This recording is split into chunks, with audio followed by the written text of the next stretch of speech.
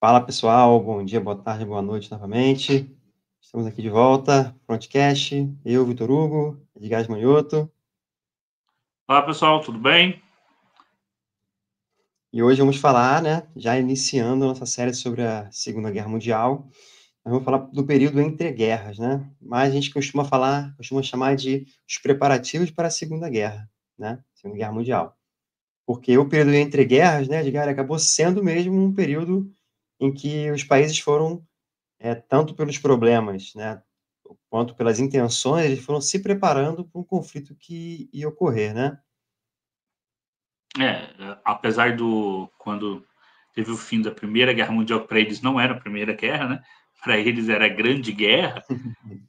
Muitos, e principalmente o presidente Woodrow Wilson dos Estados Unidos, que até propôs a criação da Liga das Nações, era que aquela fosse a última guerra, né? A última grande guerra, que houvesse Uhum. então um período de paz.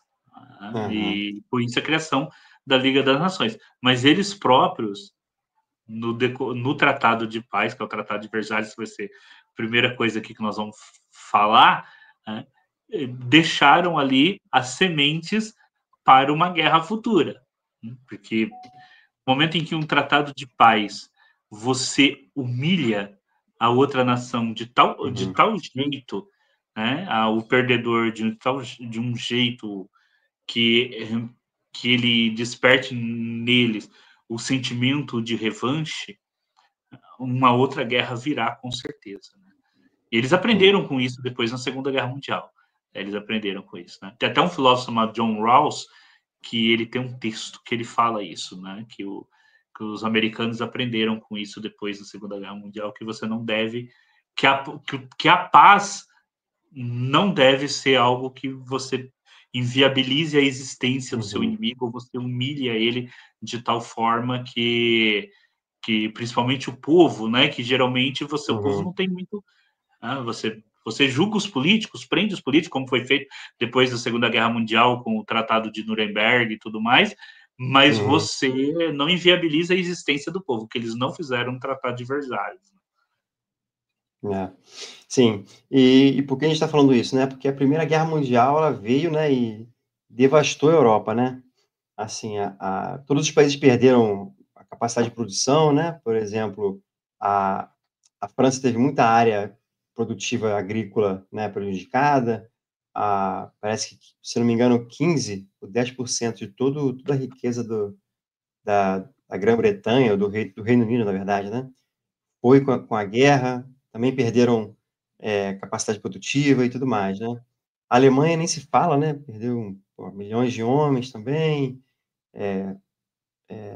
a sua indústria também teve, enfim, né, uma série de problemas em todos os países da Europa.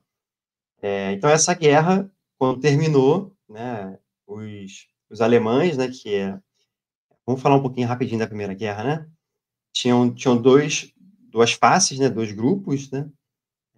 Primeiro era o grupo que era Rússia, né, Grã-Bretanha, França, a princípio, né, e outros países, mas em 1917 entraram os Estados Unidos, né, e o outro grupo era a Alemanha, o Império Austro-Húngaro, né, o Império Otomano, né, e o Japão.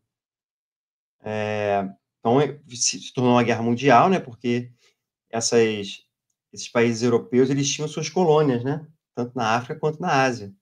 Então, a disputa também foi por esses territórios, né, das colônias, e muitos dos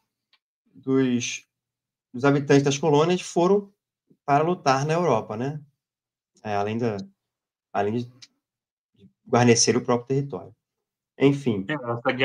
A Primeira Guerra ela teve essa dimensão, digamos assim, mundial, muito por causa das lutas que ocorreram nas colônias, né? Porque, por exemplo, no caso da Primeira Guerra, você a ação foi concentrada sobremaneira muito mais no continente europeu, né, do que na Segunda Guerra Mundial. Né? A Segunda Guerra Mundial ainda teve muito mais batalhas por causa do Pacífico, né? Então ela teve essa dimensão mundial por causa do cenário do Pacífico.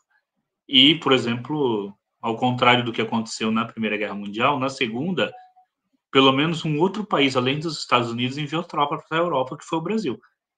Né? Enquanto na Primeira Guerra Mundial, só os Estados Unidos praticamente que enviou tropa. Tá, assim, lógico, se você vai pegar a história militar, você vai ver lá, teve 8 ou 9 aviadores brasileiros que lutaram na França, teve enfermeira, mas assim, um contingente de 20 mil homens, como o Brasil enviou na Segunda Guerra Mundial, não existiu na Primeira. Sim. E vale lembrar, né, que os Estados Unidos, eles meio que se aproveitaram, né? Meio não, né, eles se aproveitaram dessa guerra para se fortalecer enquanto nação e enquanto império, né? Só lembrando que nessa época eles já tinham os seus tentáculos, né? Lá nas Filipinas, né? Na própria América do Sul, América Central, enfim. Então, eles, quando a guerra terminou, né? Eles estavam com uma capacidade produtiva gigantesca, né? A Europa, né? Como um todo, né? Os vários países da Europa, eles deviam cerca de 4 bilhões de dólares aos Estados Unidos, os valores da época, né? Claro que hoje é muito mais. E quando terminou terminou a dólar. E quando terminou a guerra, estava em volta de 10 a 11 bilhões de dólares de dívida que os países europeus tinham com os Estados Unidos. Então, o Woodrow Wilson, né? Quando ele foi para o Tratado de Versalhes, né, ele já foi com uma. Depois me corrija se não foi esse o presidente. Ele foi para o Tratado de Versalhes com uma posição de autoridade econômica, né? Então, já foi lá com esse peso, embora ele não tinha experiência em tratados, né, diplomáticos, né, em discursos diplomáticos e tudo mais, mas ele foi pela autoridade econômica e imperial que os Estados Unidos já tinham, né? Então, qual foi o porquê desse tratado, né? A Alemanha, quando ela foi capitular, né, foi se render, ela, antes de se render, ela virou uma república, né? Vale lembrar isso, né, Edgar? Ela era uma monarquia, né? E já no final da guerra ali, vários problemas sociais, né, por conta da guerra, por conta da falta de alimentos e todos os problemas que uma guerra em grande escala trazem. E houve essa mudança, né? Então eles tiveram que mudar em 9 dias, né? Olha só, em 9 dias eles saíram de uma monarquia para uma república, né? Então foi pouco tempo, né? Então eles eles se entregaram, vamos dizer assim, né, capitularam numa condição muito desfavorável politicamente e militarmente também, porque primeiro eles abaixaram as armas e depois eles foram negociar, né? Então eles não tinham nada a negociar, era apenas a derrota, né? Era apenas assinar o papel da derrota. Não sei se o Edgar concorda. Essa era a posição que os alemães estavam, né? Então, essa fraqueza na negociação, né, talvez tenha acentuado para as penas ali, né, pra terem sido mais rígidas, né? Porque o que a Alemanha ia falar, né? Com que eles iam negociar? Lembrando que do nesse final da Primeira Guerra Mundial, a Alemanha acabou sendo o país que foi, digamos assim, que teve que arcar com quase todos os custos da guerra, né? Por quê? Até porque os outros países que estavam junto com a Alemanha na guerra, eles desapareceram no pós-guerra. Então, porque haviam 3 impérios lutando juntos. Havia o Império Alemão, o Império Austro-Húngaro e o Império Otomano, que já estava decadente, né? Ele já tinha Uhum. perdido a boa parte do território, os norte da África eles já tinham perdido todos, né? Havia ali um pouco ainda da região que hoje a gente chama de região do Levante, né? Que é a Síria, a Palestina, Israel, a Palestina, Jordânia, um pouco da Arábia Saudita ali só, né? Que fazia parte. E o Império Otomano ele acabou, né? A parte onde é a Arábia Saudita, né? Ficou com os saúdes, né? Os sauditas, a Arábia Saudita é a Arábia da família saudita, né? Uma família tem um nome no nome do país, né? A Arábia da família saudita. E o restante dali da região do Levante, Síria, Líbano, etc., foi dividido entre França e Inglaterra, né? Iraque, etc., foi dividido entre eles. e sobrou a Turquia, mas a Turquia não era mais o Império Otomano. O Império Austro-Húngaro virou a Áustria, a Hungria, a Tchecoslováquia, a Uhum. Iugoslávia, né? Uma parte ali depois formaria a Iugoslávia, na verdade, foi a Sérvia, a Bósnia, mas uma parte ali do Império Austro-Húngaro, que é a Croácia também foi fazer Uhum. parte da Iugoslávia, e sobrou só um Império Alemão. Então acabou que só a Alemanha, transformada na República de Weimar, mas a República de Uhum. Weimar, como ela dá continuidade, né, ao governo do Império, Uhum. ela tem que arcar com todos os custos da guerra. Então foi dado a ela multas enormes que praticamente inviabilizavam a, Uhum. o Estado, porque imagina, primeiro se o país estava em guerra destruído, tá? Então você imagina assim, o país acabou, está em guerra, está totalmente destruído, como todos os países ali. O Vitor estava falando justamente que os Estados Unidos tinham saído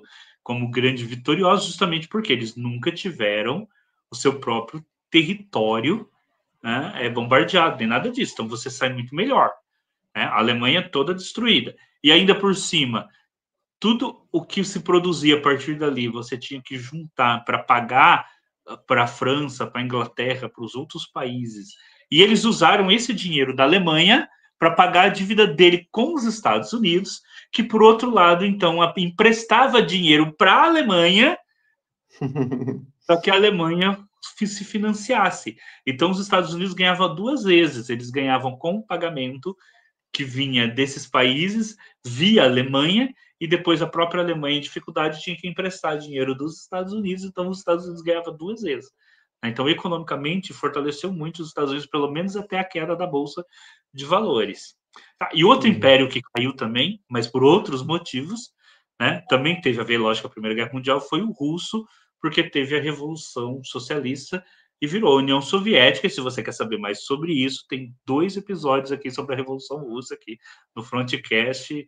No finalzinho aí vai aparecer os cards que o Victor vai colocar aí para vocês acessarem lá e assistir esses 2 episódios.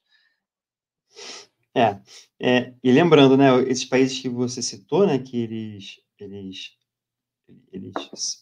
foram frutos, né, da dissolução do Império Austro-Húngaro, do Império Otomano e tudo mais, eles já que também já nasceram como país em crise, né, sofrendo os viés da derrota, né. Então, assim, a própria Rússia também, né, tinha muitos foram devastados, né, a economia foi devastada, a capacidade produtiva, como eu falei, né, a quantidade de homens para estar enfim, nos processos produtivos, né, então eram crises econômicas, sociais e políticas, né. Então esses países tiveram que se reerguer, né, ao longo desses 20 anos aí, né, de 19, que foi quando, o Tratado de Versalhes, ele começou as discussões começaram em janeiro de 19, né, vários encontros para se discutir como seria esse processo de paz. Não o processo de paz, né, mas o processo de vingança contra a Alemanha, na verdade, muitas pessoas estavam ali com esse pensamento. E em junho que teve o tratado mesmo de Versalhes, né, Versalhes porque foi feito no Palácio de Versalhes, né, então, esses países, eles foram se reerguendo nesses 20 anos, né, que a gente fala 20 anos porque é de 19 até 39, quando inicia a Segunda Guerra. Então, todo esse processo, né, econômico, né, todas essas dificuldades, elas foram gerando ali, né, esses problemas que geraram lá a Segunda Guerra Mundial.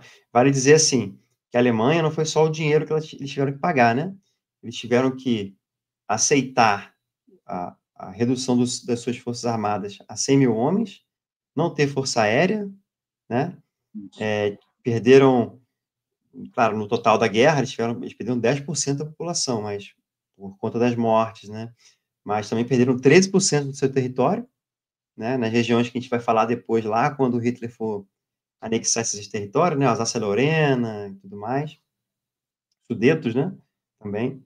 Então, tudo isso foi como a gente vai estar falando, né, o motivo, né, que fez com que, algumas ideias radicais, como a do Adolf Hitler na Alemanha, do Mussolini na Itália e alguns outras outras ideias em outros países também, foram crescendo. Na própria Inglaterra, né, o movimento fascista na Inglaterra era muito forte, né.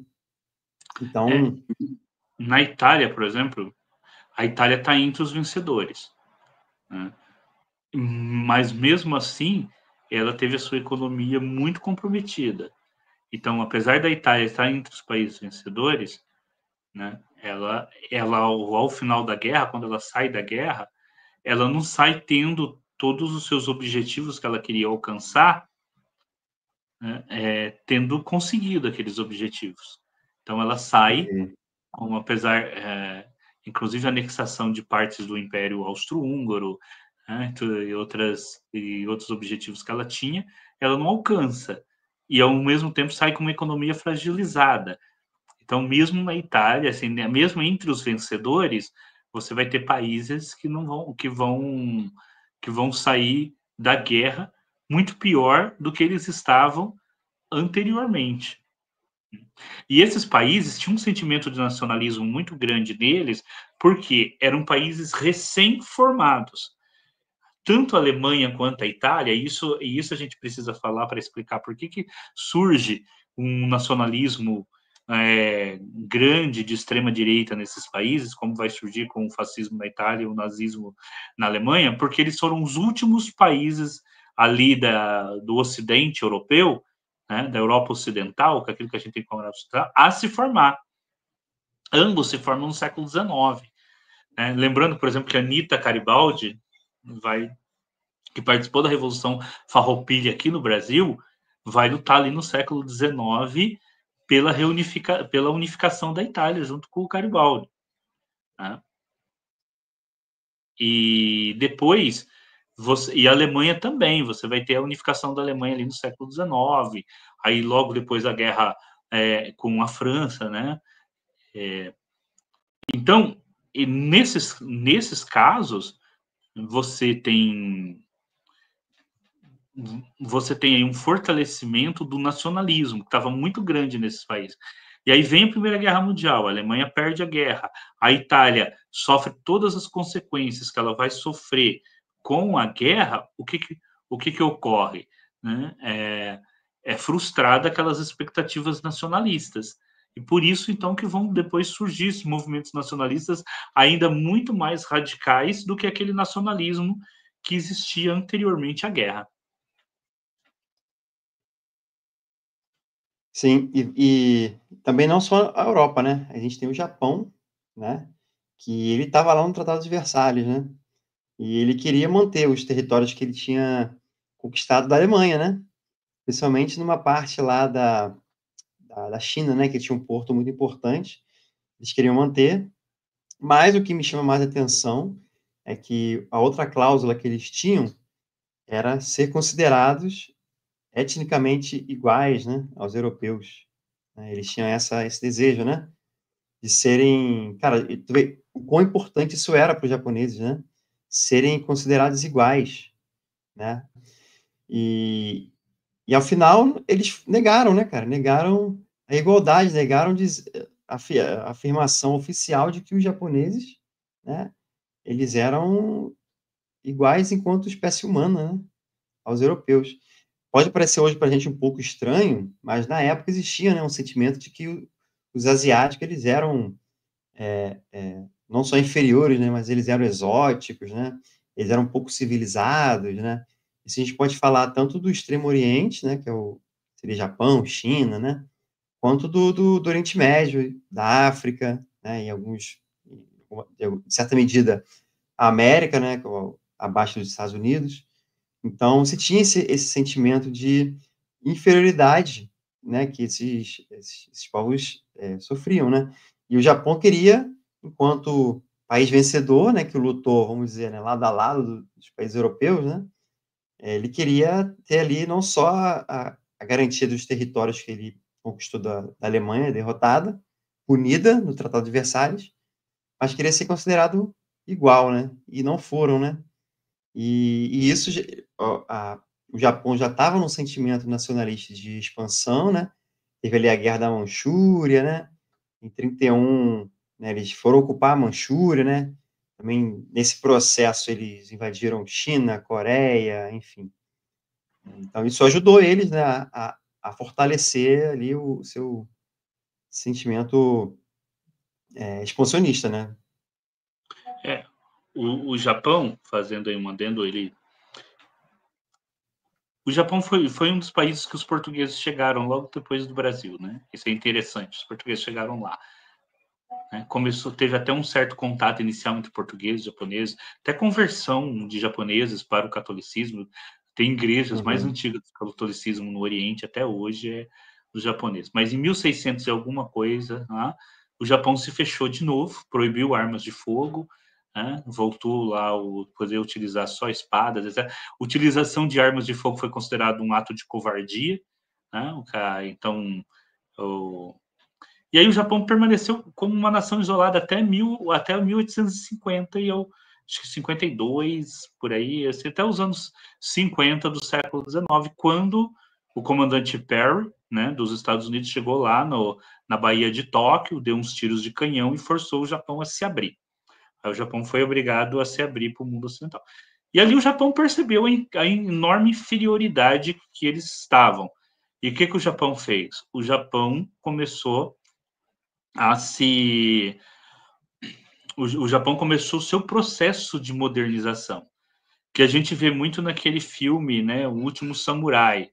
Né? E ali eles colocam, né, os samurais como os heróis, mas se você for pensar bem, né, se o Japão tiver o que eles que queriam modernizar é que estavam mais certos, né? Porque na verdade o Japão vai se transformar numa potência depois militar justamente porque ele se moderniza. Né? Então, e não acontece com ele o mesmo que aconteceu com a China. O Japão se moderniza, se transforma numa potência industrial, militar, ali já participa da segunda revolução industrial, vira uma potência industrial e militar, e chega no século XX capaz de derrotar a Rússia. Em 1905, o Japão derrota a Rússia na Guerra Sino-Russa, né? Na Guerra russo-japonesa, sino e chinesa, na Guerra russo-japonesa. O Japão derrota a Rússia, que era impressionante para a época. Foi a primeira vez que a marinha de um país europeu foi derrotada por uma marinha de um país asiático. Tudo bem que os russos deram a volta na África inteira, passando pelo Oceano Índico, até chegar lá no Japão. Quando eles chegaram lá, a marinha já estava... Mas assim, nunca tinha acontecido. Eles estavam extremamente cansados, né? É o que É, conta os não, e relatos, com né? a China aconteceu o contrário. A China era, até o século XVIII, a maior potência econômica do mundo era a China. A gente acha que é a Inglaterra, porque assim, a gente tem essa perspectiva que a gente estuda o Ocidente na escola, né? Mas até o século XVIII, a economia chinesa era muito maior do que a economia inglesa, que era a maior potência do Ocidente. Aí o que acontece? É no século XIX que a China é atacada pela Inglaterra, eles começam a fornecer ópio, né, que era produzido ali nas regiões do Afeganistão, Paquistão e Índia, né, para a China, e aí a China é atacada bom, a Macau já estava ali sob administração portuguesa, mas aí é atacada pelos ingleses, franceses e várias outras nações ali europeias, né, e, e a China acaba sucumbindo primeiro aos europeus, aí depois aos japoneses também, né, que vão invadir a Manchúria, como o Victor falou. Né? Aí a China, ela é literalmente despedaçada. Inclusive hoje, né, os chineses lembram desse período, né, como o período da vergonha. Né?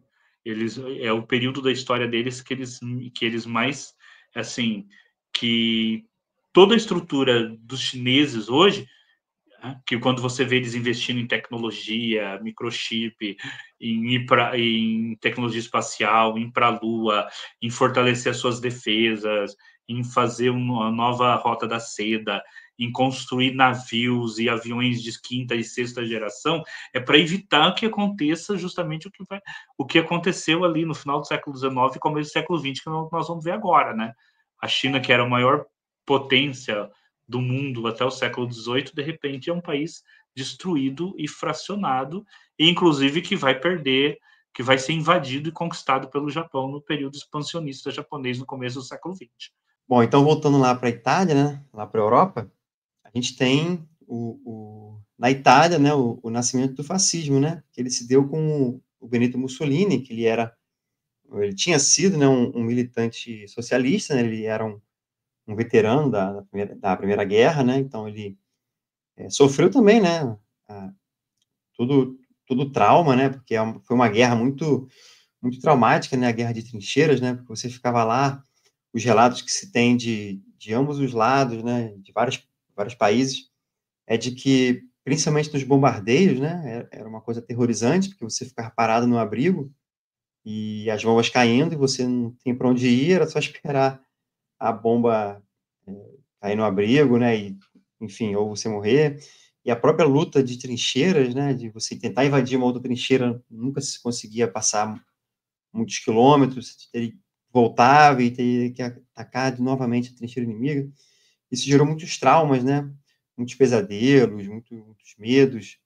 Então, só quem foi para a Primeira Guerra e não viu o combate, né, alguém que ficou, sei lá, sempre nas linhas de reserva, assim, cozinhando, sei lá, enviando documentos, essas coisas assim, não teve o trauma, né? O cara que foi para a linha de frente, eles voltaram muito traumatizados. Inclusive, né, o próprio avanço da medicina, né, no que se considera hoje, né, o estresse pós-traumático, né, ele também estava sendo estudado ali, né? Começou assim, não sei se oficialmente, né, mas tem estudos já da Guerra da Secessão, né, dos traumas que o pessoal foi tendo, também na Guerra da Crimeia, mas na Primeira Guerra Mundial isso começou a chamar atenção, né? Só lembrando que a psicologia já estava um pouco mais avançada, né? As terapias, o próprio Freud, né? Então isso começou a chamar a atenção, né? E essa questão foi evoluindo com o tempo. Então, voltando para o Mussolini, então ele no seu retorno, né, à guerra, né, ele começou a ver, né, o caos social, como o Edgar falou, né, apesar de eles terem vencido, né, também estavam com a economia com problemas, né, disputas sociais, né, porque, lembrando, né, após a Revolução de 1917, que tirou a Rússia da Primeira Guerra Mundial, né, antes do fim da mesma, aquela revolução até então,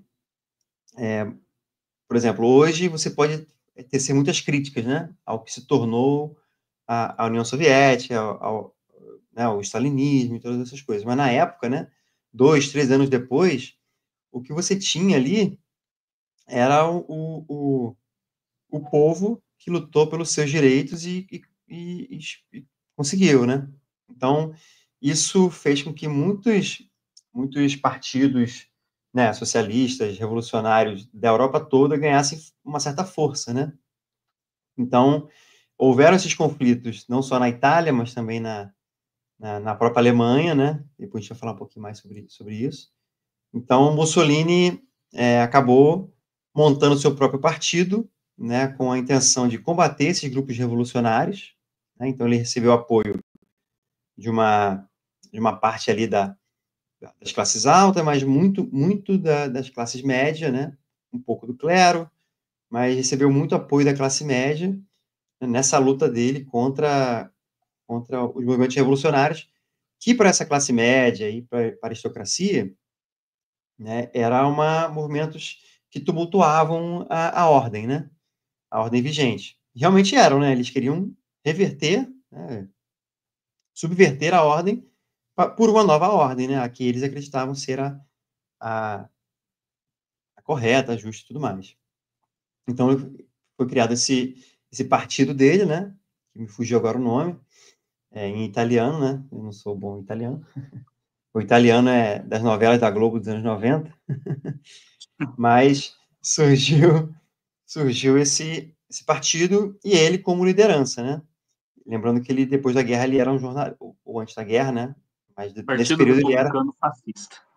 isso aí, Partido Republicano Fascista. E o símbolo era por que fascista, né, porque o símbolo eram vários galhos, né, ou fachos, e que se falava que esses fachos unidos, né, um só você consegue quebrar, mas muitos unidos você não consegue quebrar porque eles são fortes juntos, né? Então, o fascismo seria isso, seria essas pessoas juntas, né? A Lutando por águia esse ideal. é o facho, né? Com o machado em cima. A Vocês vão ver a bandeira imagem aí italiana só que na aparecendo. vertical, né? Então, vermelho, branco e verde. Em cima, a águia romana. Né? Porque Tem que tinha ter. também essa ideia da volta do Império Uhum, Romano, da Itália, do período mais glorioso da Itália, né? Ainda que a Itália e o uhum. Império Romano são a mesma coisa, mas esse isso faz parte, né, de como às vezes você traz, né, que nem o Hitler depois vai falar, né, é o terceiro Reich, sendo que o primeiro teria sido o Império, nossa, subiu agora, o Sacro Império Romano Germânico, né, que foi Uhum. lá na Idade Média, que não tem nada a ver com a É, Alemanha é. do chamado Segundo Reich, que era a Alemanha do Bismarck, né? Não tem nada a ver com o Da Segundo Reich. unificação alemã. Mas assim, são construções que são construções, digamos assim, ideológicas, né? São construções ideológicas. Sim. E isso permeia, né, todos esses países, né? Porque quando você quer mudar algo, né? Você quer mostrar que está em busca de algo melhor, glorioso, né? Então, como você não tem uma referência atual, né? Você pega referências passadas, né? Então, tanto o Japão, a Itália, né? A Alemanha pegaram essas referências do passado, né? Para mostrar para as pessoas que o império, né? Esse novo governo, enfim, poderia ser grande novamente, né? Tipo, meio que the Itália great again, né? Vamos fazer Porque o que grande acontece com a novamente. Itália? A Itália, ela não participa daquele momento do colonialismo, porque ela está se formando ali. Então, o mundo é dividido basicamente ali, né, no século XIX entre França e Inglaterra. Alguns outros países têm uma coisinha aqui ou lá, mas eles não têm. O Portugal ainda tem muita colônia na África devido ao processo de colonização que começou lá no século XVI, né? A Espanha já tinha perdido tudo também, né, por causa os Estados Unidos tinham ocupado as últimas colônias espanholas, mas a Itália não participou. E havia o desejo, inclusive quando Mussolini chega ao poder, ao desejo de formar a Grande Itália, que pegaria ali onde eram os territórios da Albânia, da Croácia, alguma coisinha da Grécia, Tunísia, a Líbia, que vai realmente virar depois um pedaço da Líbia, né? E eles já tinham uma colônia na Argélia. E mais tarde também eles vão tentar conquistar a Etiópia. Então era de formar ali o que eles chamavam da Grande Itália. E se você pega os mapas da Grande Itália, vai ter inclusive partes francesas, como a ilha de Sardenha, Córcega, o território de Malta. Então, basicamente, era aquela ideia mesmo do Império Romano, né? Da Itália dominando o mar Mediterrâneo. Né? A Itália teria uma parte na Itália mesmo, europeia, né? Todo o mar Adriático ali, e uma parte no norte da África, né?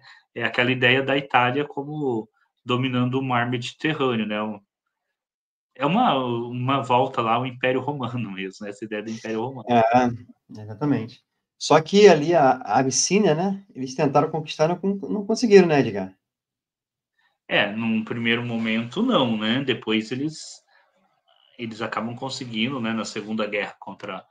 Mas eles na luta deles, primeiro assim, a Abissínia, né? Que a gente chama de Etiópia hoje, era o último país, era o único país africano não colonizado e o único país africano cristão, totalmente cristão. A Etiópia tem uma história ali que recebe o cristianismo ainda ali nos primeiros séculos, né? Então ele tem um cristianismo bastante diferente do cristianismo europeu, né? Inclusive a Bíblia deles tem outros livros que o cristianismo europeu não tem, e há uma lenda que a Arca da Aliança, inclusive, está lá, né? Tem uma igreja lá E eles têm umas igrejas que é no subterrâneo, assim, que é umas coisas maravilhosas, assim, eu já vi muito na internet. Um dia eu quero ir lá ver aquelas igrejas lá, já que elas são cavadas de Inclusive, cima para baixo, né? inclusive muito se fala, né, então, inclusive especialistas falam que muito do pensamento, cristão do Oriente Médio e da Europa, né, eles começaram por filósofos e, né, não se falava teólogos, né, por pensadores, dentro do meio cristão na Etiópia, né. Então, tem um livro, se eu lembrar, o Bel tá aqui eu não cheguei a ler, né, mas eu tenho o título, né, e a sinopse, então você tem uma noção sobre isso, e que o pensamento cristão, europeu, né, pelo menos lá no início do cristianismo na Europa, ele tem uma forte influência africana. Mas isso é só um adendo. Assim, hoje a gente tende a pensar a religião cristã como uma religião europeia. Não é. Né? A religião cristã, inicialmente, ela é uma religião da região do Levante e do norte da África. E da África. Inclusive, Agostinho de Hipona, que a gente conhece como, quem é católico conhece como Santo Agostinho, é da Tunísia, da região que hoje é a O Tunísia, de Cartago. Se você pegar lá os pais da igreja, todos aqueles livros dos pais da igreja, você vai ver que 90% deles ou eram da Síria, da onde Uhum. hoje é a região da Síria, mais ou menos ali o sul da Turquia, ou eram do norte da África. Então, a religião cristã, ela é uma religião majoritariamente africana até a ascensão do islamismo. E é com a ascensão do islamismo que ela passa a ser uma religião, então, majoritariamente europeia. E hoje a gente Agora, pensa ela como uma religião europeia, mas ela não é. Ela é uma religião norte-africana da região do Levante.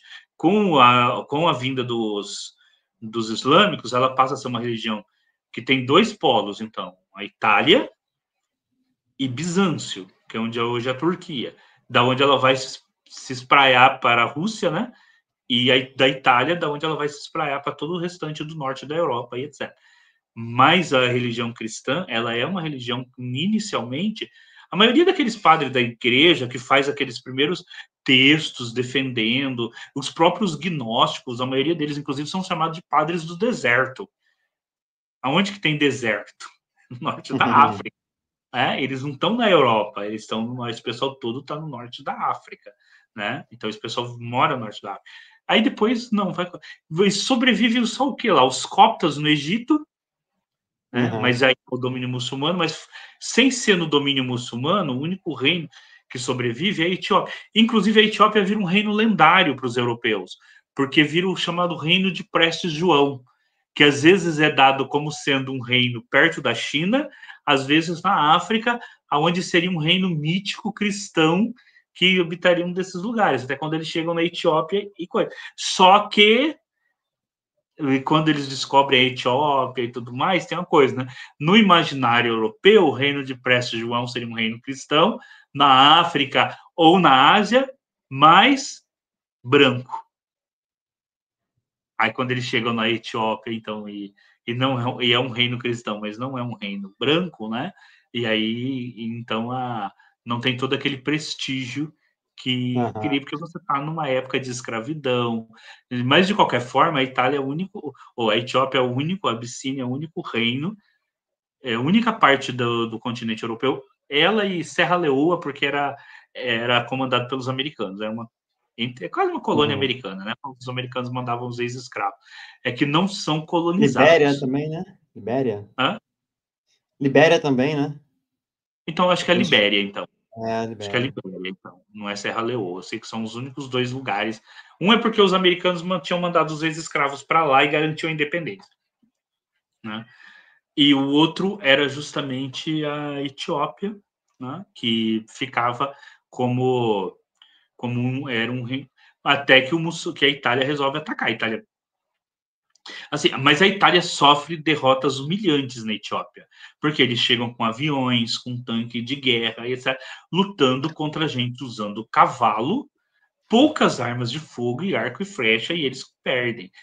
E se você for ver durante toda a Segunda Guerra Mundial, o exército italiano, a maioria das vitórias que ele consegue é com o apoio do exército alemão. Né? E, inclusive, Ele depois, também não quando foi eles... bem ele também não foi bem na primeira.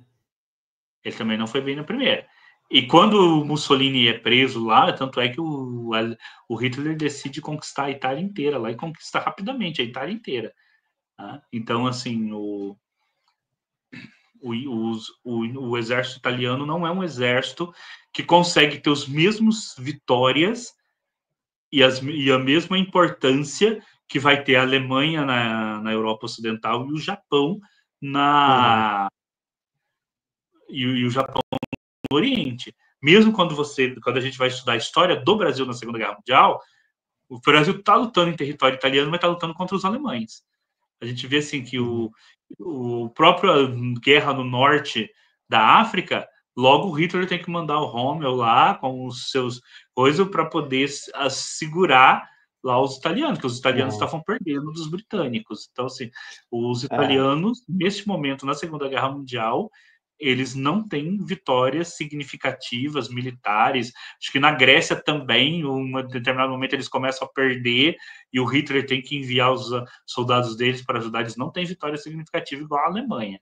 O Hitler tinha uma grande admiração pelo Mussolini, porque na verdade é o Mussolini que é o primeiro, né? Inclusive, até se a gente pensa, né? A gente pensa assim, geralmente, porque o Hitler como o Hitler teria uhum. sido, digamos assim, o grande comandante, mas o Hitler tinha uma Mais bem admiração, sucedido.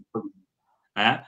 E porque o Mussolini começou, mas como estratégia militar, vitórias em guerra, os alemães sempre foram muito superiores aos italianos nesse contexto aí da Segunda Guerra Mundial. Exatamente.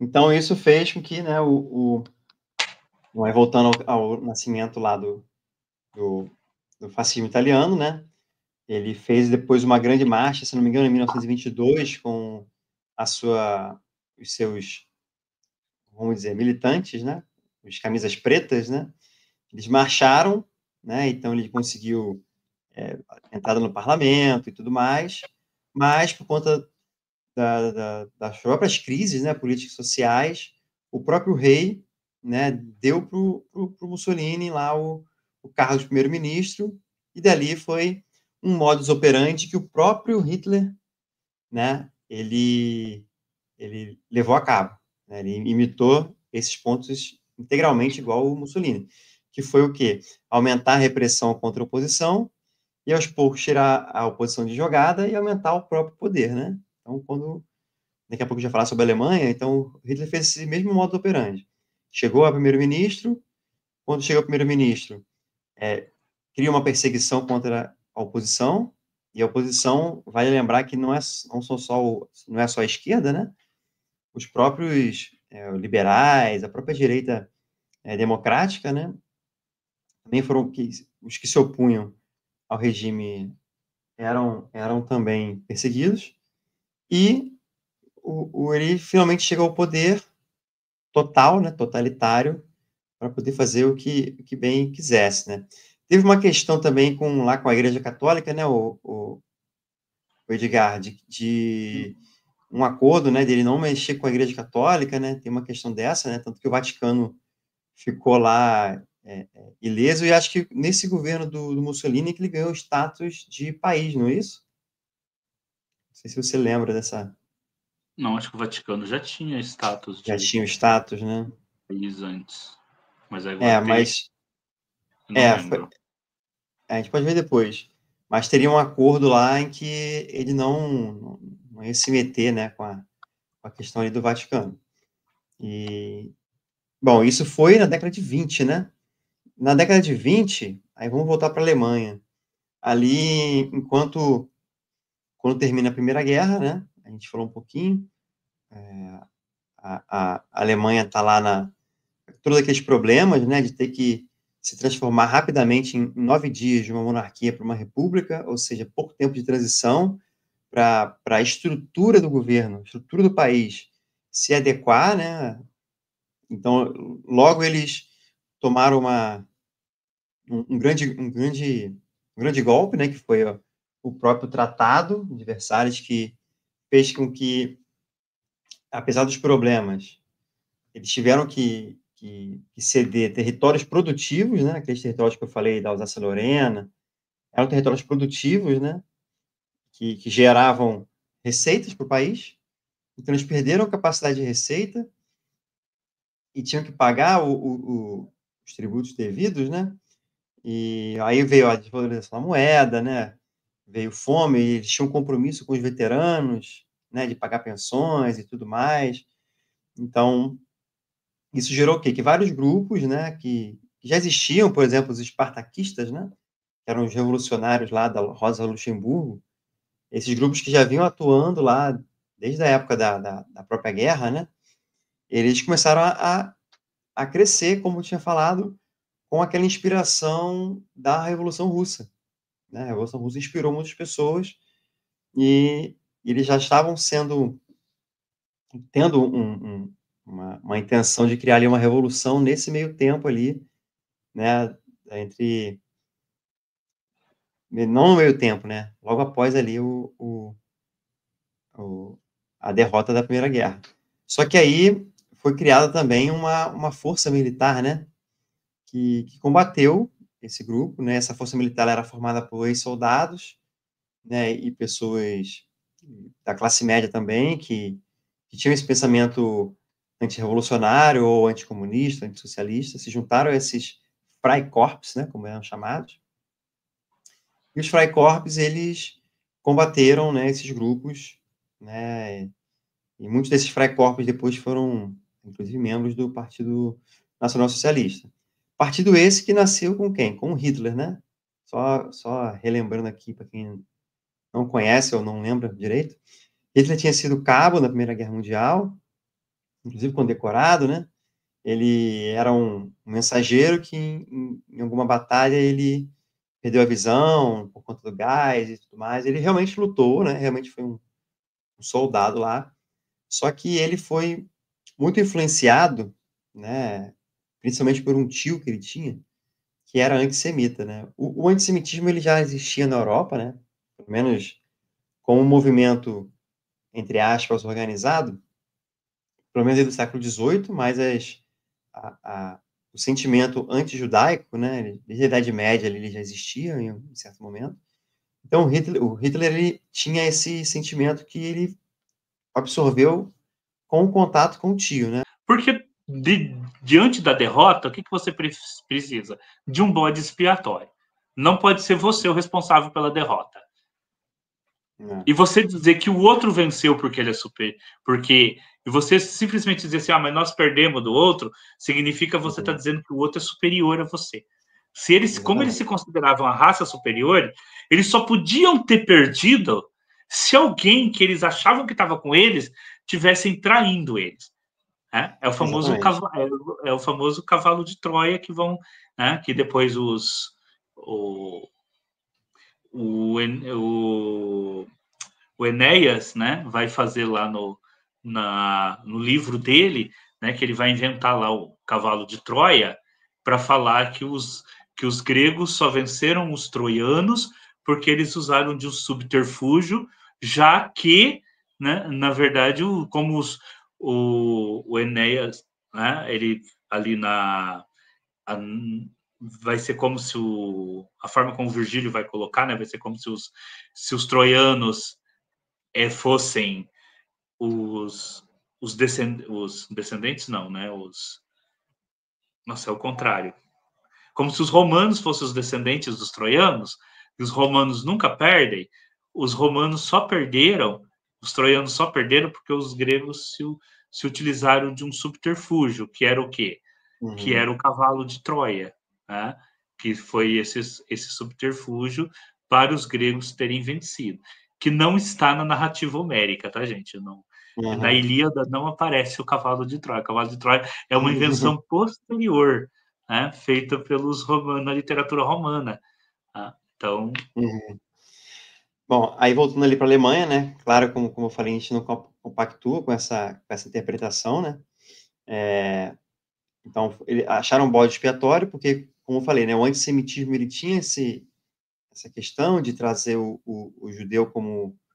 Porque, assim, na Idade Média, né, com a diáspora, né, 70 depois de Cristo enfim, outras diásporas menores que ocorreram, os judeus eles foram para a Europa, para uma parte da Ásia, né? Se a gente considerar certas partes da Rússia como Ásia também, até alguns países do Oriente Médio, né? Algumas nações lá, né?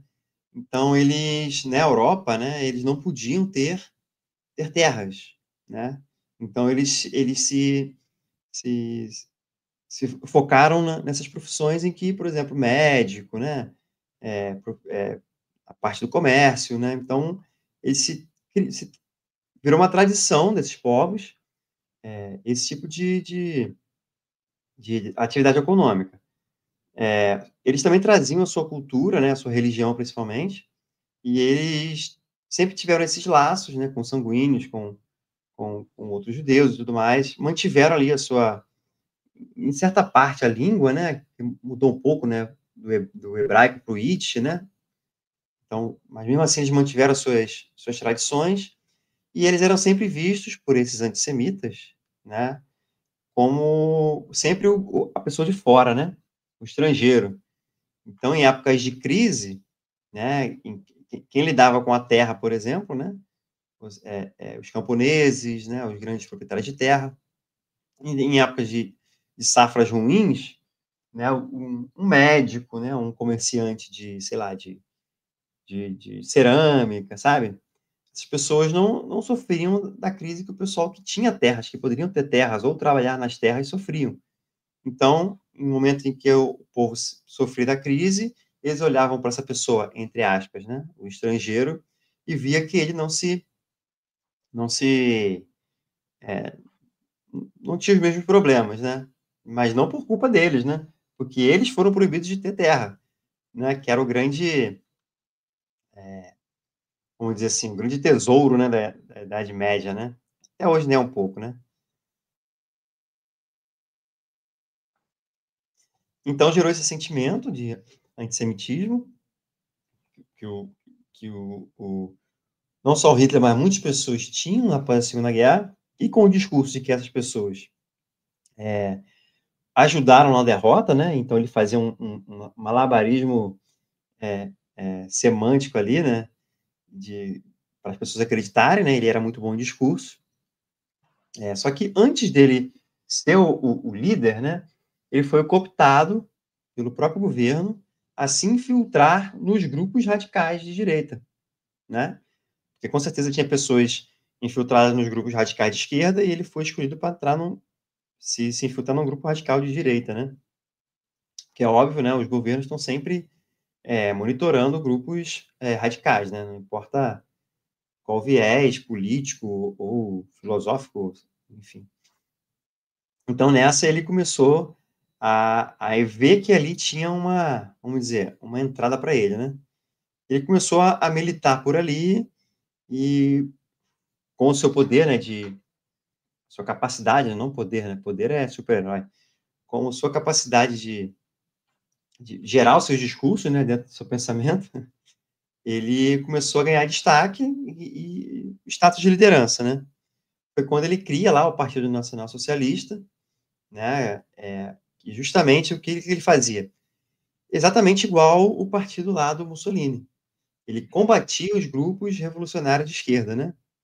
Os remanescentes lá dos espartaquistas, né, os próprios espartaquistas, a juventude, comunista, socialista, né, então eles faziam ataques, nas ruas, né, contra esses grupos, nas manifestações, né, e fora isso tinha a propaganda, né, os jornais, os discursos nas cervejarias ou em lugares de aglomeração de pessoas. E nisso ele vai ganhando tamanha projeção que esse partido começa a concorrer às eleições. Então, ganha poucas cadeiras a nível distrital nas primeiras eleições, né, e vai aos poucos ganhando mais espaço. Lembrando que qual era a grande força da época, né? Fora os liberais, os sociais-democratas. Só que os sociais-democratas, eles que pegaram ali a transição da monarquia para a democracia. Então, os sociais-democratas, eles pegaram o país, então, né, aquela crise toda, como a gente, né, quem já viu na escola, né? Sempre tem aquela associação, né, de que um saco de não sei quantos milhões de marcos para comprar um pão, né? A pessoa carregando a foto. Eu lembro que no meu livro de história tinha, né, uma foto de uma pessoa carregando um carrinho, né, cheio de dinheiro e na legenda dizendo que aquilo ali era o suficiente para comprar um pão, né? Ou seja, a inflação lá em cima, a moeda desvalorizada. Então, os sociais-democratas começaram a ficar, né, mal na fita, né, como diz hoje em dia. E isso fez com que, fora outras questões, eles fossem crescendo até que eles conseguiram, numa manobra, né, que o Hitler chegasse a primeiro-ministro, né? Então ali rolou chantagem, rolou assassinatos, rolou ali o, o incêndio do Reichstag, né, o Edgar, Só, que foi... só lembrando que antes o Hitler ele tentou um golpe. Sim, o putsch da cervejaria, né? Ele tentou um golpe, não deu certo, ele foi preso. E os meses que ele ficou preso, ele escreveu o Mein Kampf, né? O Minha Luta. E para deixar bem claro, eu não sei se você já leu Minha Luta, eu já Tá. li. E assim, lá no Minha Luta, o Hitler deixa exatamente claro tudo o que ele pretendia fazer. Tá? Ninguém que tenha. E o livro na época foi um best-seller, então não dá para você falar assim, eu vou levaram Hitler ao poder na ignorância de que ele não. Lá o livro dele é bem pontual, com todo o racismo, a xenofobia, tá tudo ali presente no livro. A necessidade do espaço vital, Lembrus Isso que eu ia Ball falar. lá, o espaço vital, tá tudo ali. Então não tem como você falar assim, o povo alemão foi enganado. Cara, o cara escreveu um livro onde o cara falava exatamente tudo isso. Tá? Não tem assim, o cara fez um discurso de que eu sou um democrata, não sei o que, chegou ao poder, o cara virou o contrário. Não. O cara estava ali no livro dele, né? E a população alemã se deixou pegar e se convencer por esse movimento que inclusive tem ser bem irracional. E a República de Weimar, ela é muito mal conceituada, mas assim, eles já estavam em recuperação econômica quando o Hitler chegou ao poder. Eles já tinham Aham. democraticamente conseguido superar os Uhum. efeitos dos pagamentos da dívida, os efeitos Uhum. da crise de 29, né? E já Aham. estavam em recuperação. Então, Eles mas tiveram a eles tiveram população vai atrás do milagre, né? Aquele exato. cara que promete o negócio. Eles tiveram 2 momentos ali, né. Eles conseguiram uma com muita dificuldade, uma certa recuperação ali antes da crise de 29, aí veio a crise de 29 e deu o soco no estômago, né. Então eles também, como você falou, conseguiram lá iniciar uma recuperação, mas aí já era tarde, né. Os corações já estavam inflados, né, por esse e não só isso, a Berlim, assim como Paris, era uma cidade muito cosmopolita, né. Então você tinha vários tipos de pessoas e as liberdades individuais ali eram muito grandes, muito, né, favorecia muito a questão das liberdades individuais.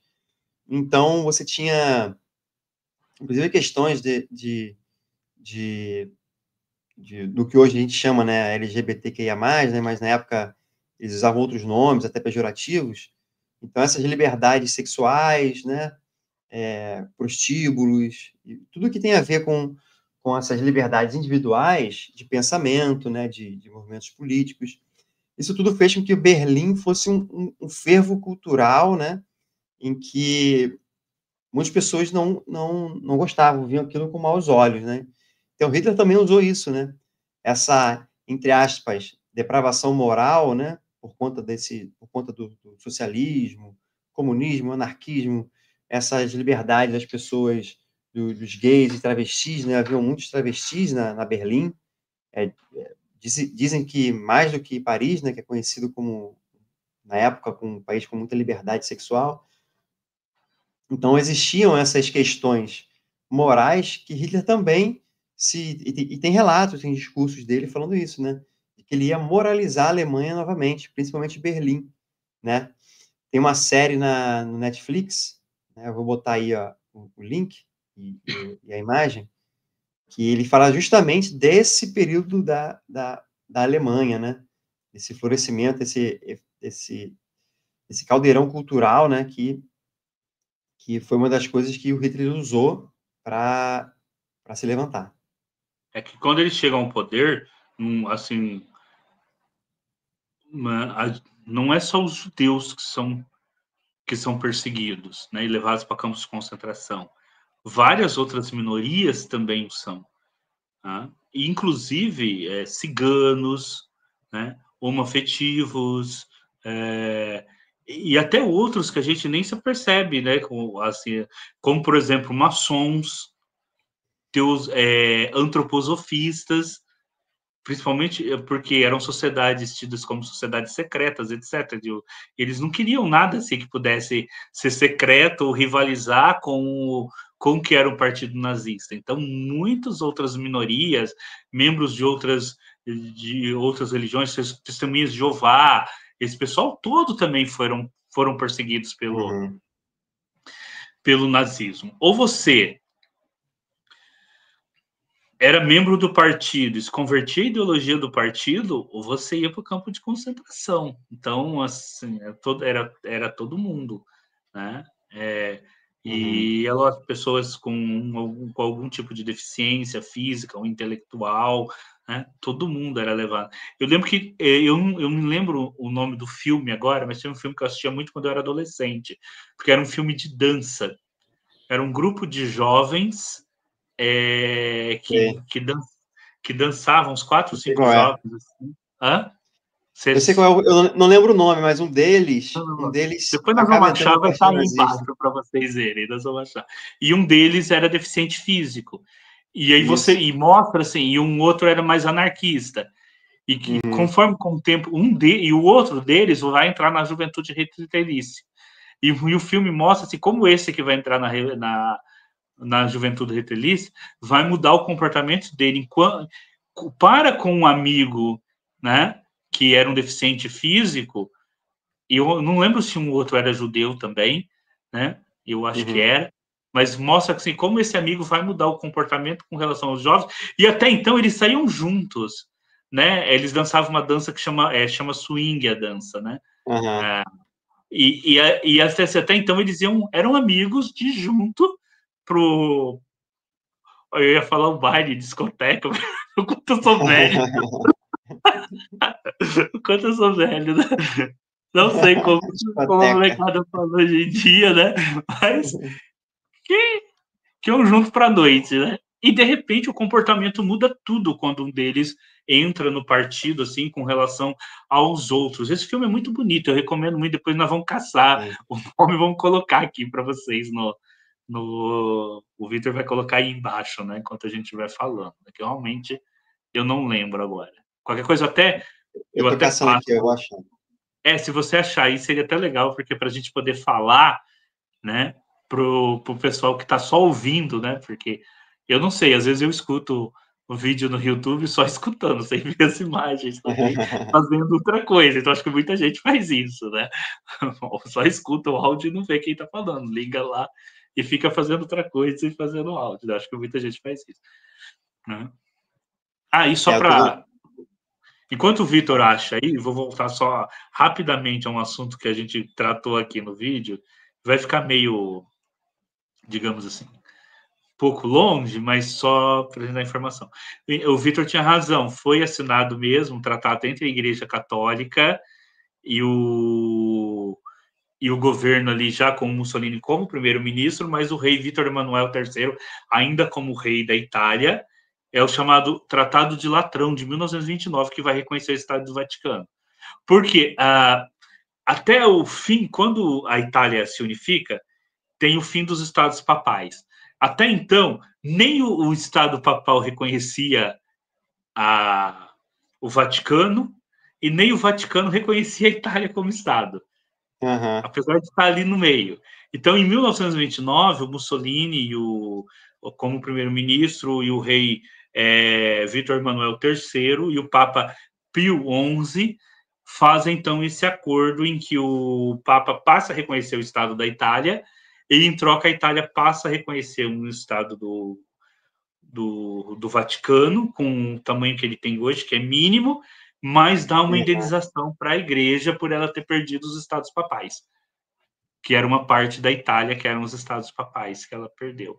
Então tem sim este acordo que estava... Assim, as tentativas de acordo vinham desde a unificação da Itália, para ver o que é como se essas duas autoridades ali, religiosas e tal, e ela é feita ali naquele momento. Então tem sim. Conseguiu achar o filme? Tô quase aqui, cara. Acho que eu achei, peraí. Não, Os mas Últimos assim, Rebeldes. Os Últimos Rebeldes? É. Eu não lembrava o nome, Também. você nunca ia lembrar por esse nome. Os Últimos Rebeldes, é isso mesmo. Um grupo de adolescentes adora a música proibida na Alemanha nazista, pouco antes da eclosão da Segunda Guerra Mundial. É Ah, esse. é porque é swing mesmo que chama essa música que eles... É. Eram discos que vinham Eles chamavam... o de que acontece? Quando o Hitler entrou, né, ele proibiu o jazz, o swing e alguns outros ritmos, porque eram músicas de negros, né? negros Então, americanos, isso mesmo. era comumente chamada música de negros. Então, o swing era proibido. E eles dançavam, eles faziam, né, essa dança, curtiam, pegavam discos contrabandeados, né?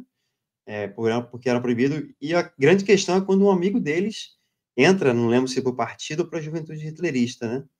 Ele entra e ele começa, como você falou, né? As coisas começam a mudar, porque ele já começa a totalmente mergulhado lá na ideologia, né? A gente precisa assistir esse filme e fazer um cine frontcast só sobre esse filme. Esse filme Boa, boa. merece. Precisa reassistir esse filme e fazer, porque esse filme merece. Esse filme marcou. Assim, eu lembro que eu assisti ele quando eu tinha uns 16, 17 anos, porque é a época que a gente vai dançar. Então a dança eu não dançava com 16, 17 anos, não. Até hoje eu não danço. Então, Sua adolescência foi mais agitada que a minha. Enfim. Bom, mas aí a gente está falando desse período, né, em que ele começa todo o poder dele, né? E das primeiras coisas que ele faz é tentar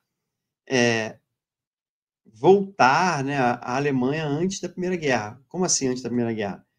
Os territórios, os Sudetos, né, uma parte da Tchecoslováquia, né, a própria... Depois ele vai anexar a Áustria, enfim. Então ele quer retomar o valor, primeira coisa, o valor econômico que era representado pelos territórios perdidos, né? Em segundo, ou não estou falando segundo, mas não sei qual era na mente dele, né? Mas voltar a crescer seu exército e ter as suas forças armadas grandes novamente, e ter força aérea. Uma das coisas que ele utilizou foi, antes de ele ter a força aérea, vamos dizer assim, forte novamente, né? Ele, na juventude hitlerista, ele tinha alguns grupos que faziam voos por planadores, né? Não sei se alguém já viu o planador, né? Ele é um avião que ele é geralmente de madeira. Hoje em dia é com material mais nobre, né? Fibra, essas coisas. Mas na época eram aviões de madeira que eram rebocados e ele voava sozinho, né? Então, o único trabalho que o piloto ali, né, tinha que fazer é manobrar, né? E pousar, né? Não tinha motor, não tinha nada mais complicado. Então, a juventude hitlerista, nesses anos antes da guerra, né? E antes de um fortalecimento da Luftwaffe, eles já treinavam, né? Já treinavam com esses planadores, né? Inclusive, sobre as Forças Armadas, né? Eles não podiam fazer treinamentos, né? Na própria Alemanha, então eles faziam aonde? Na União Soviética, né?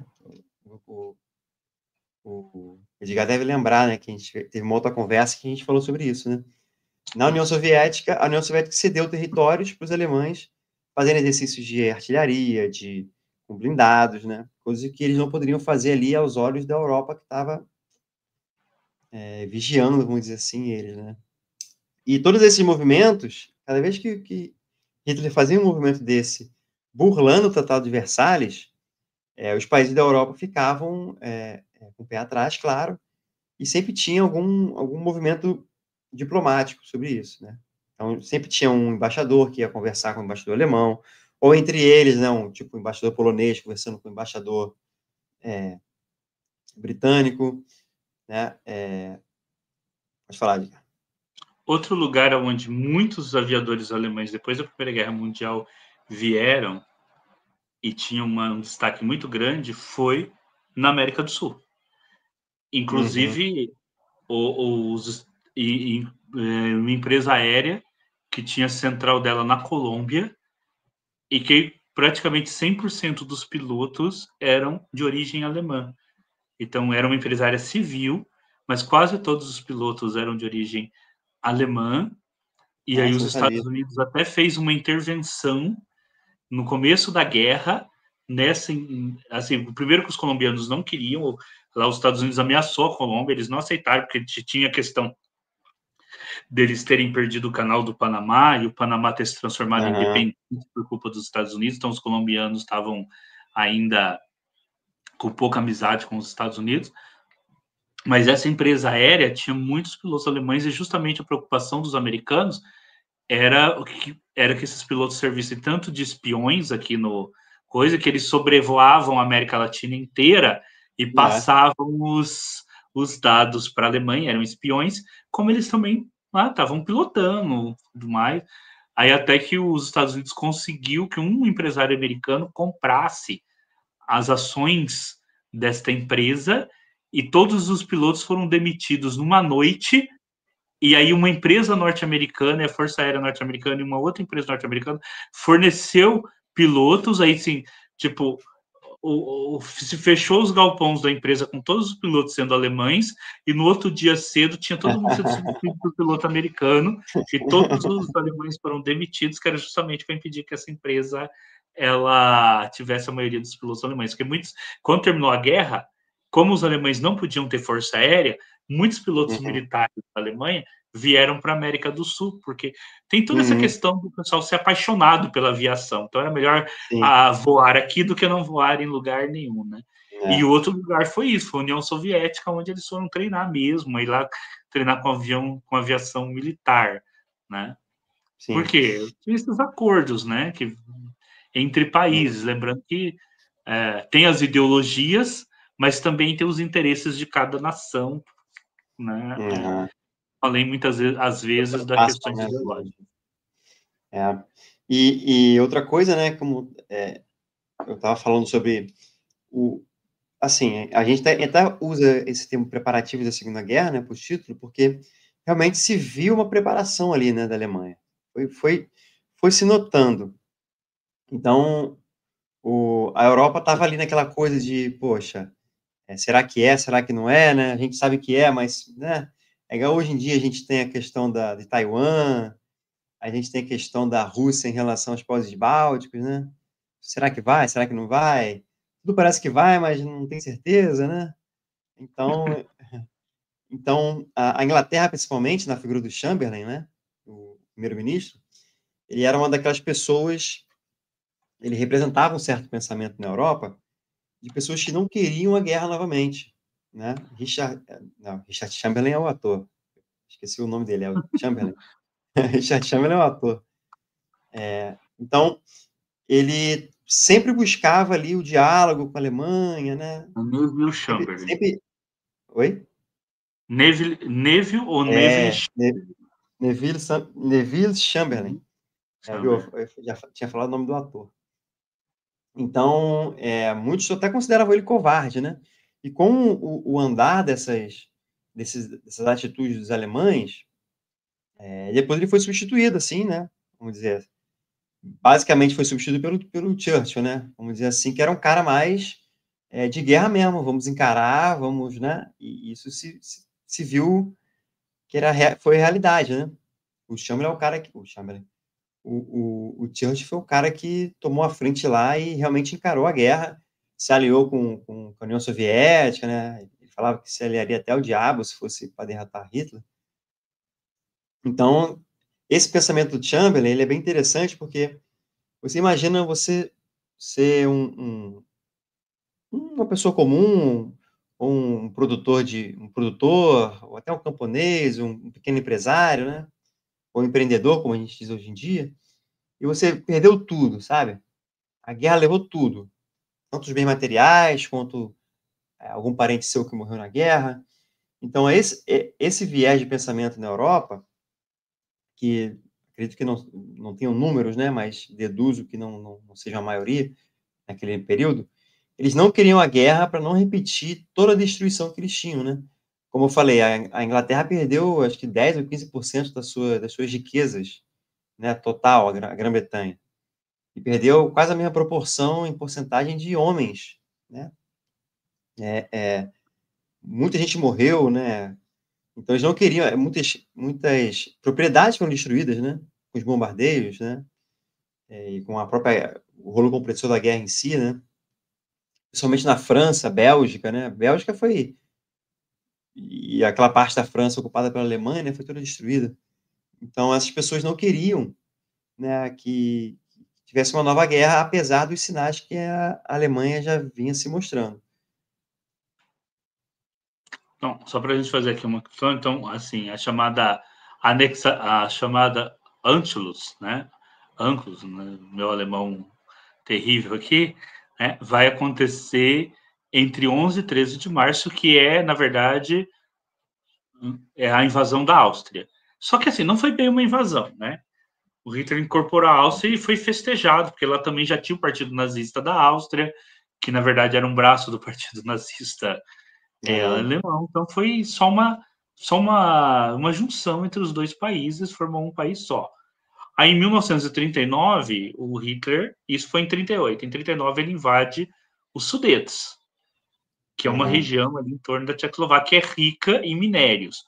Então a ideia Questão era econômica, essa, né. conquistar essa riqueza de minérios. É quando então tem a reunião, né, em Munique, do qual o Chamberlain vai fazer parte, o Mussolini também, né, e outros líderes ali. Os únicos que não são convidados são os próprios tchecoslovacos. Eles não são convidados. Ou eles não. E nesse acordo, então, o que vai acontecer? O Chamberlain vai dizer: olha, bom, você está contente com os Sudetos? Fica com os Sudetos, mas separa aí. Tá? Separa aí. E E acabou. Aí o Chamberlain vai voltar para a Inglaterra. Inclusive, quando ele desce do avião, ele segura o papel do acordo, balança, fala que Sim, foi sim. evitada uma nova guerra. E nesse mesmo tempo, o Winston Churchill falando que não, que a Inglaterra deveria ter sido severa, a Inglaterra e a França deveriam ter. Porque neste momento, ainda o Hitler não tinha como. Se a Inglaterra e a França tivessem ido para cima da Alemanha nesse momento, provavelmente a Alemanha tinha perdido a guerra. Eles não tinham ainda como enfrentar, né, esses dois países. Mas tudo bem, é feito o acordo. Só que poucos meses depois do Hitler assinar o acordo, o que ele faz? Ele invade o restante da Tchecoslováquia. Ele invade o restante da Tchecoslováquia. Ele domina o restante da Tchecoslováquia e continua a expansão. Em 1939 é que ele ataca a Polônia. E com o ataque da Polônia vai começar realmente a Segunda Guerra Mundial, né? Vai começar a Segunda Guerra Mundial e o Winston Churchill vai conseguir então provar lá a ideia, o que ele dizia antes, que não adiantava negociar com Hitler, porque o Hitler era alguém que não dava para negociar, que queria a expansão, mas até esse momento, então eles vão a Alemanha, então até o momento em que a Polônia é atacada, a Inglaterra nada faz, né? Inclusive o Winston Churchill vai ser chamado novamente, né, para ser o Lorde do Almirantado, que vai comandar a Marinha Britânica. E aí, só voltando uma questão, né, o Vitor, né, Vitor, você tinha falado da questão do rearmamento da Alemanha às Aham. escondidas. Uma coisa que é interessante a gente lembrar, assim, que a Alemanha não podia ter grandes navios de superfície, né? Então, o que os alemães investiram muito? Em submarinos. porque, logicamente, pequenos submarinos são mais fáceis de você esconder e, inclusive, de você navegar, ainda mais na época que não tinha radar, nada disso, sem ser descoberta. Por isso que, quando começa a guerra, a Alemanha tem a maior frota de submarino do mundo, inclusive opera aqui na América do Sul, ataca navios brasileiros, americanos, etc., por causa disso.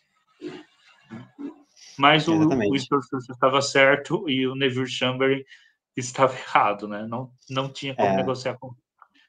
Mas eu justamente. entendo que, da perspectiva da época, com todas as Uhum, perdas da Primeira Guerra Mundial, tenha se feito de uhum. tudo para não ter uma nova guerra.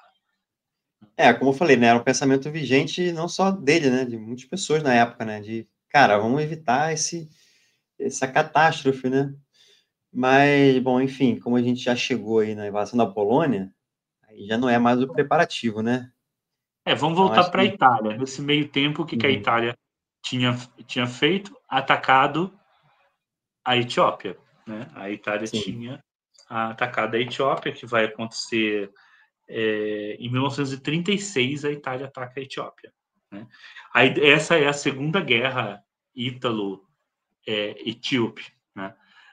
Uhum, A Itália já tinha travado uma guerra com a Etiópia.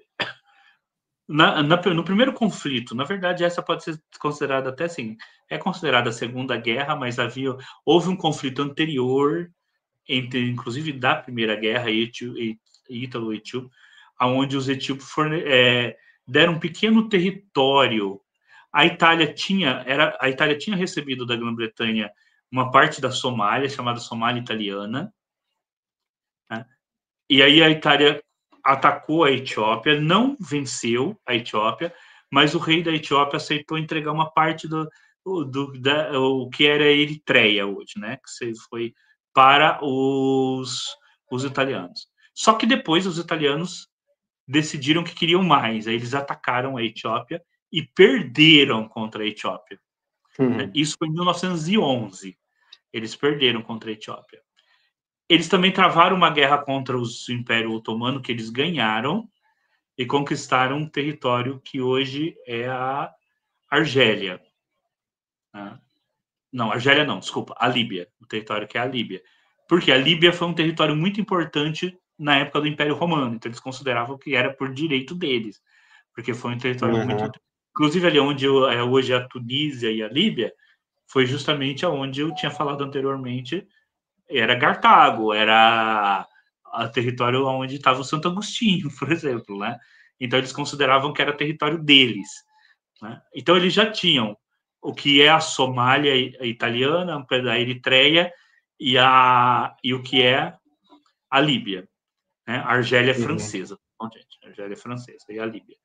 Quando eles decidem, em 1936, então, conquistar a Etiópia, dessa vez com um exército muito mais poderoso e tudo mais, né? A Liga das Nações condena, retira o Mussolini da Liga das Nações, mas não adianta. Tá? Aí a Etiópia perde definitivamente a sua independência e é conquistada pelos italianos, né? Com, inclusive, o rei da Etiópia foge da Etiópia em 2 de maio de 1936. Por quê? O exército abissínio não tinha a menor possibilidade de vencer essa guerra. Eles usavam cavalos e ainda a maioria da cavalaria era de cavalaria de lanceiros contra tanques de guerra, metralhadoras e aviões. E é lógico, os italianos tinham não a intervenção direta dos alemães, mas como que fala lá, Apoio. não, aqueles que vão como para orientar, que nem os russos hoje em dia fazem, os americanos fazem, eles vão para a guerra, eles não participam, que nem se falam, né, que Sim, pode haver lá na Ucrânia, o pessoal lá dando... tem mercenários e tem... Não é mercenário, assim, é quando Eu sei vai qual para... é. Tipo instrutores, né? tipo Tem um instrutor, nome, fugiu agora o nome. oficiais do exército alemão que vão lá para dizer, ó, é aqui que você tem que fazer, aquilo e tal. Uhum. Então, Consultores. na verdade, só uma coisa, um adendo. A invasão da Abissínia começa em 35 e termina em 36 com a derrota do imperador etíope. Inclusive tem uma história fantástica do imperador etíope, né? Porque depois dessa derrota, essa fuga, tudo, mas ele é considerado um messias, né? E que vai emendar, inclusive, com a questão do Bob Marley, daquelas músicas e tudo mais, que ele é considerado um messias, né? Ele é considerado um líder religioso dessa religião, que agora eu esqueci o nome, mas ele é considerado um messias, né? Rastafari. Isso, Rastafari. Ele é considerado um messias, então ele vai ser muito popular pelo mundo e tudo. Ele veio até o Brasil, ele visitou na época do Getúlio Vargas. Se eu não me engano, ele visita aqui. Tá? Então, assim, e aí a Itália, então, consegue, né? Aí depois, só a Segunda Guerra Mundial, quando eles vão tentar conquistar o norte da África dos britânicos. Eles já tinham conseguido um porto do Egito que os britânicos tinham dado para eles no final do século XIX. Aí vamos para o Pacífico, né? Então, a gente está com o nosso tempo já estourando. Mas vamos lá. Não, só 1h30 ainda, dá para a gente fazer mais meia hora. Bom, no Pacífico a gente tem o expansionismo japonês, né, Edgar? Que também, assim, é um expansionismo japonês que já, antes da Segunda Guerra, já meio que se desenhava um conflito com os Estados Unidos, né? Que os Estados Unidos também estava garantindo a sua presença ali, em algumas ilhas, né?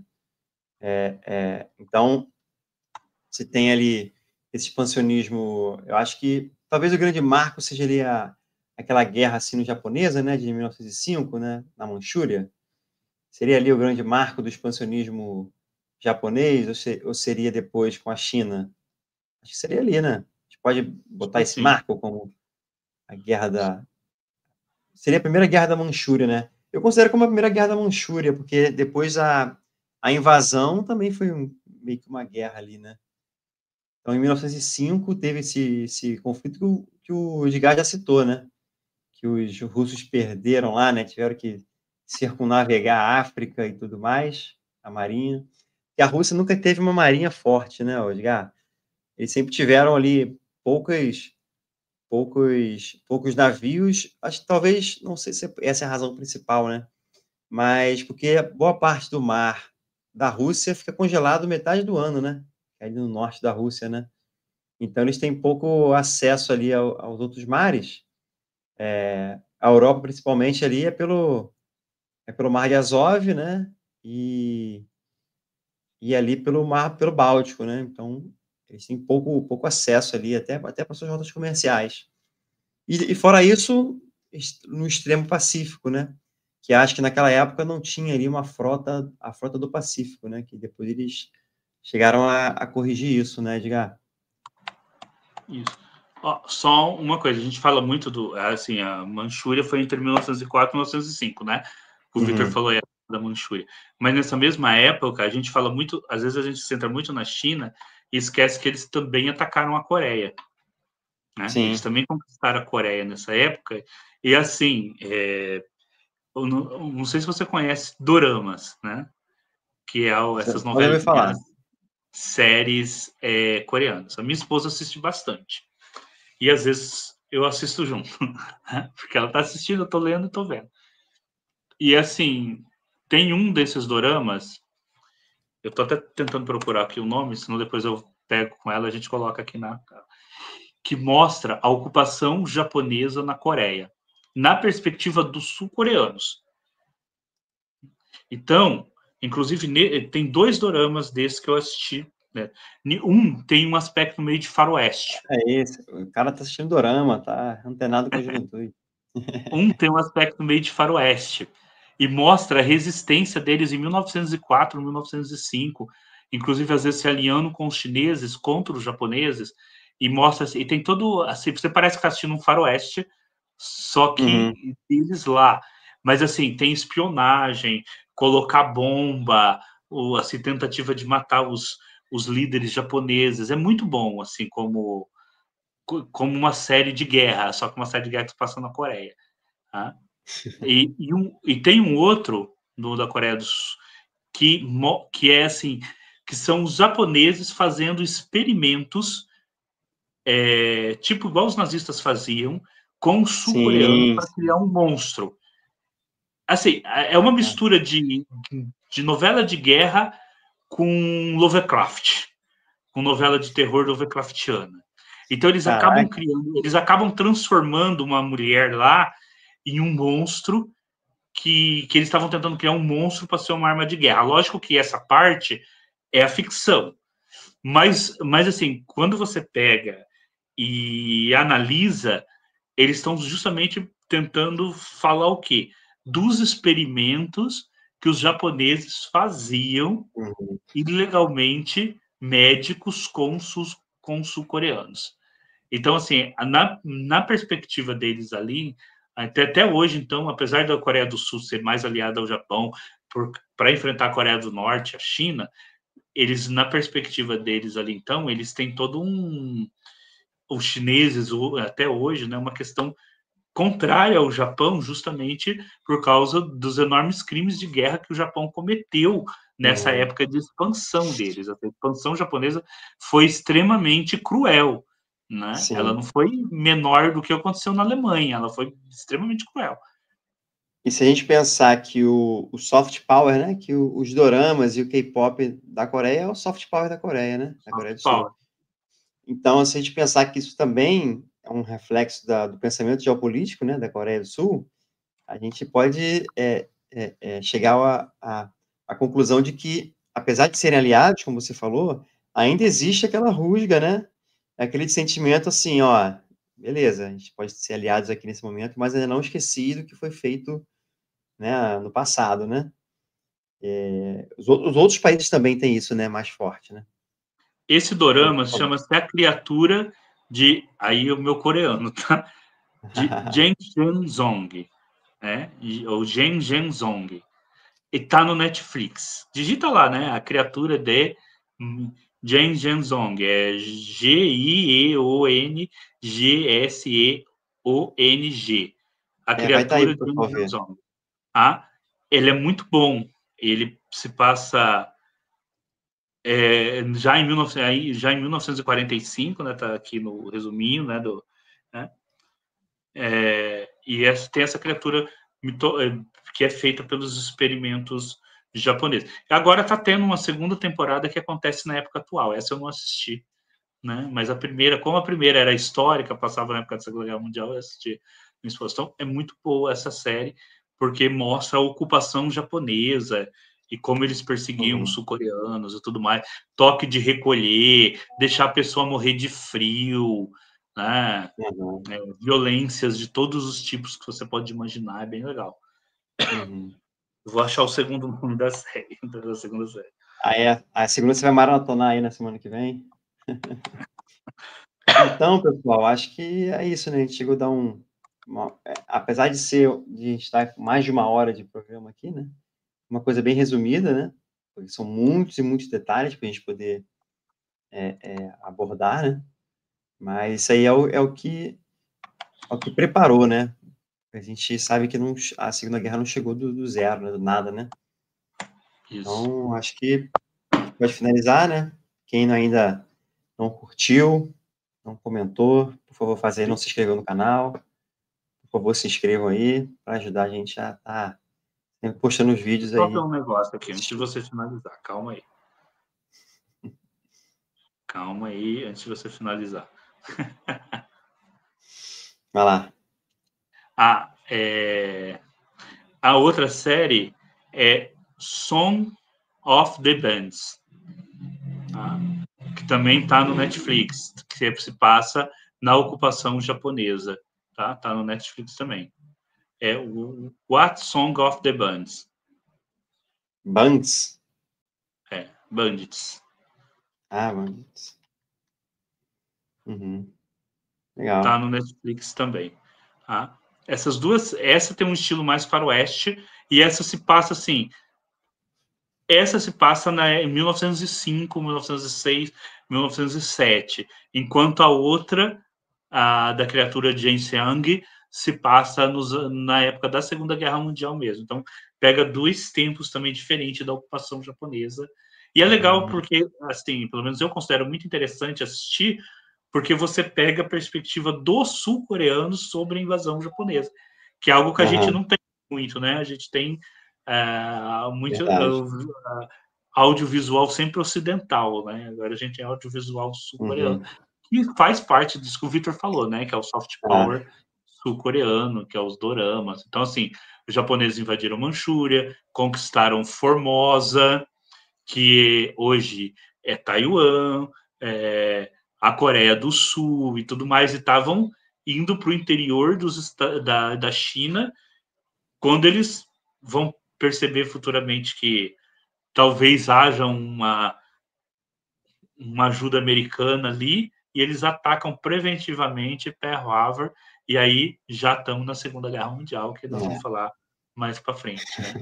Quando os Estados isso aí. Unidos entram na guerra, aí vai mudar a questão para os japoneses. Tá? Mas Uhum. antes haviam americanos lutando ao lado dos chineses lá. Você falou deles terem preventivamente atacado, né? A questão ali era o petróleo, né? Eles tinham petróleo para 6 meses, os japoneses. Então, por que eles atacaram antes, né? Para eles ganharem tempo, né? Porque eles atacaram Pearl Harbor, a frota do Pacífico ali dos Estados Unidos, né? Então, a intenção era atrasar o máximo possível, né? Eles imaginavam que já teria uma intervenção americana, então foi adiantar, derrubando ali as máquinas, né? Os navios mais poderosos, né? Para que eles tivessem o tempo de conseguirem mais combustível para fazer frente, né? A essa possível, segundo eles ainda é uma possibilidade, naquele momento, intervenção norte-americana. Mas isso aí, como o Dica falou, já é a Segunda Guerra, então tá fora desse episódio. Isso. Vocês vão acompanhar a série aqui, que nós vamos falar de toda a É, Segunda Guerra Mundial. é isso aí. Falou, pessoal. Até mais. Falou? E Bom até o dia, boa próximo tarde, boa noite. episódio, Invasão da Polônia. Isso aí.